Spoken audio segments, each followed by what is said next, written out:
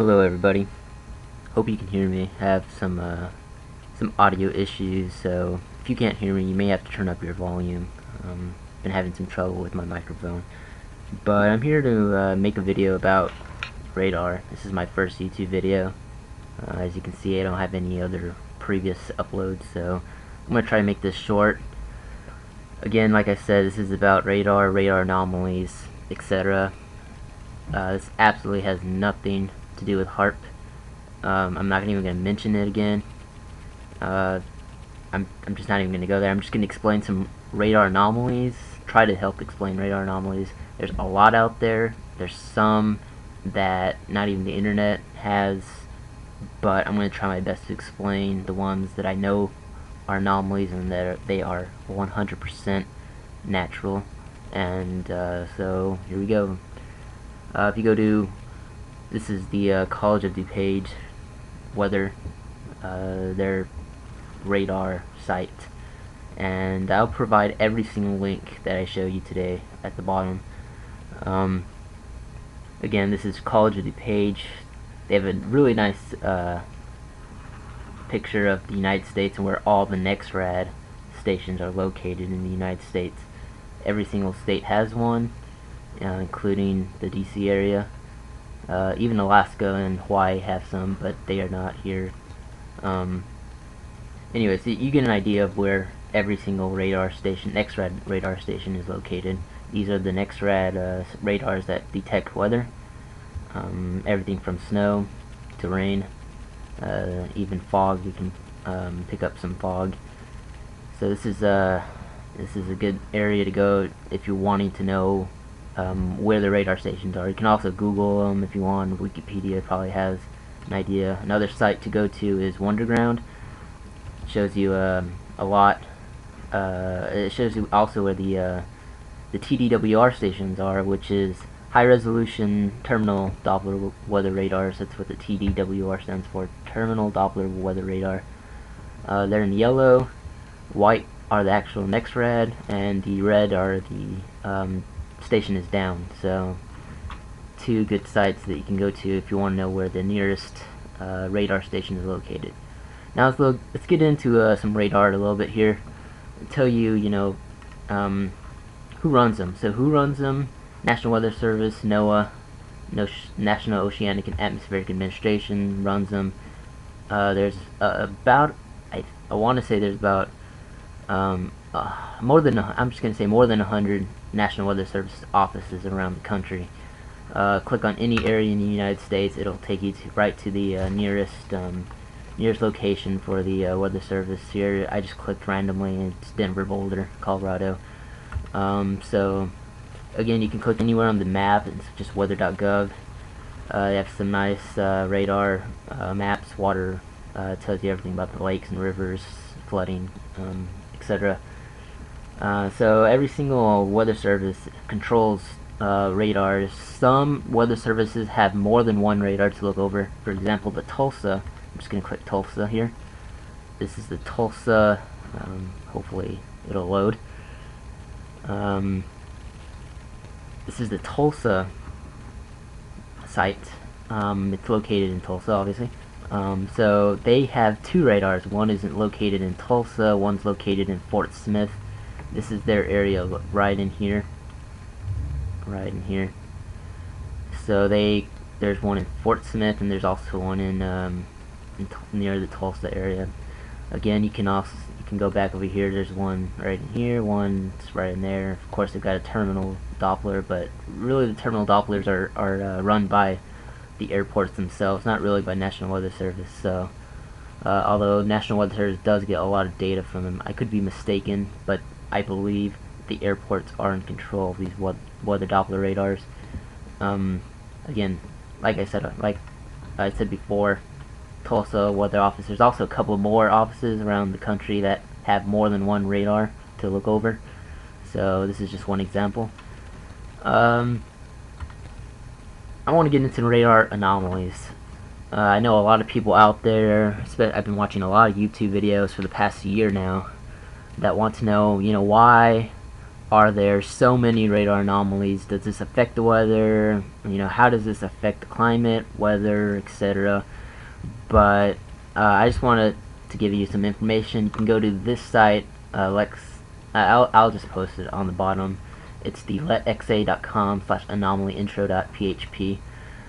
You can find all sorts of anomalies. Of course, not all the anomalies are listed here, but it gives you some pretty good, if you click on each one of these anomalies, it gives you a pretty good sense of why they're happening.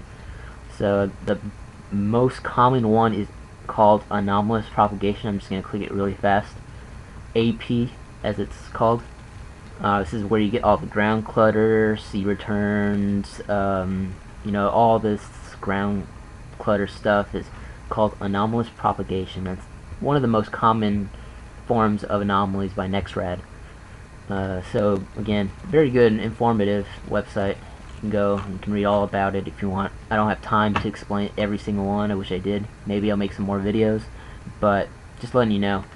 Another thing that I found earlier that AccuWeather's Jesse Farrell wrote a couple years ago, actually like 5 to be exact.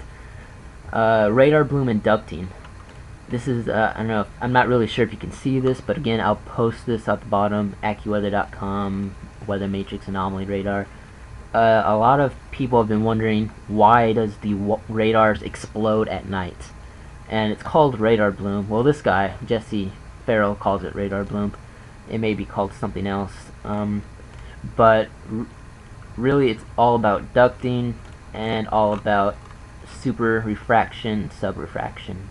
Again, it's explained in this article, and even if you read this article and you still don't get it, there's other sites I'll show you right now that you can go to that'll explain it a little bit better.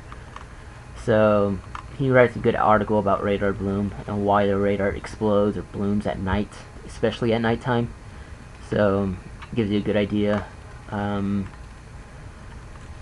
But before you can question, I've seen a lot of videos out there that question radar, or people make so many assumptions about radar and they don't even know how radar works. And this is a good website to go to, Milwaukee, Sullivan, Wisconsin.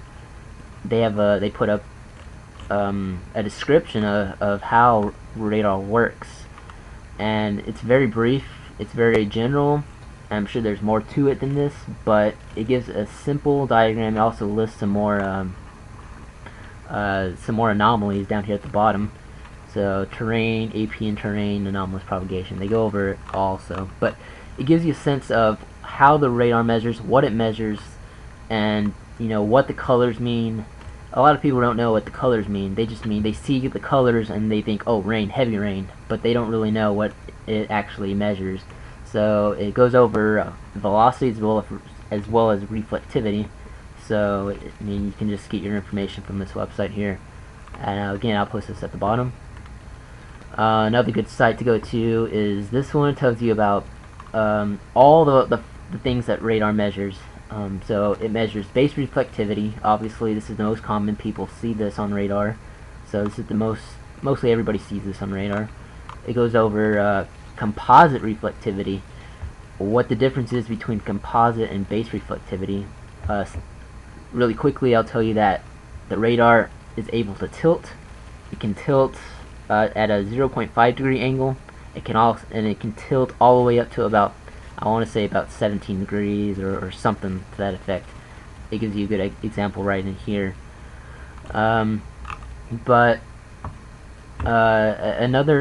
So that's what I wanted. It goes over base velocity as well.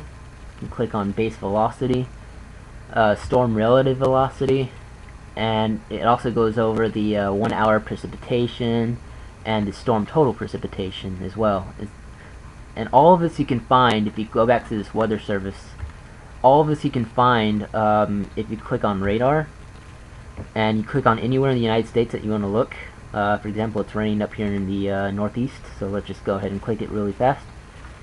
First thing you'll notice is the base reflectivity up here, and it just shows you the echoes back that radar's returning as far as precipitation is concerned. And then over here on the left, you can see composite, base, storm relative base, 1 hour total, storm total, loops. All this right up in here is what all this is explaining right here. So that's a very good explanation of each one. Also, I found this article online a few months back. It tells you some flaws that Intellicast, specifically IntellicastWeather.com, a lot of websites, like general websites, weather websites, use.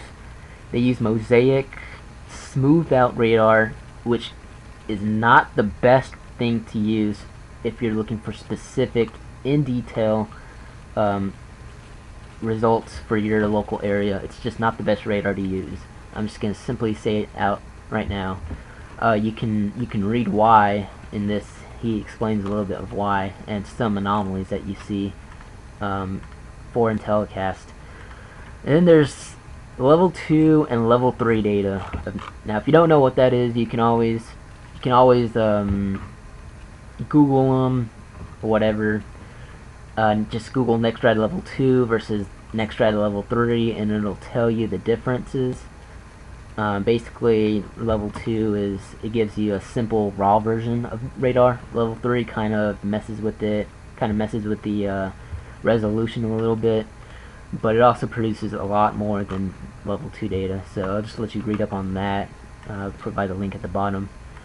And a lot of information that I get from, if I'm questioning something, I always turn to the weather prediction. That's a really good website. It tells you a lot about everything from basics of meteorology all the way to very detailed, very specific, very scientific results and explanations of the weather. So that's a quick little video. If you have any questions or comments, feel free to ask, or let me know what you're thinking. But till then, thank you very much for listening, and hope you have a good day.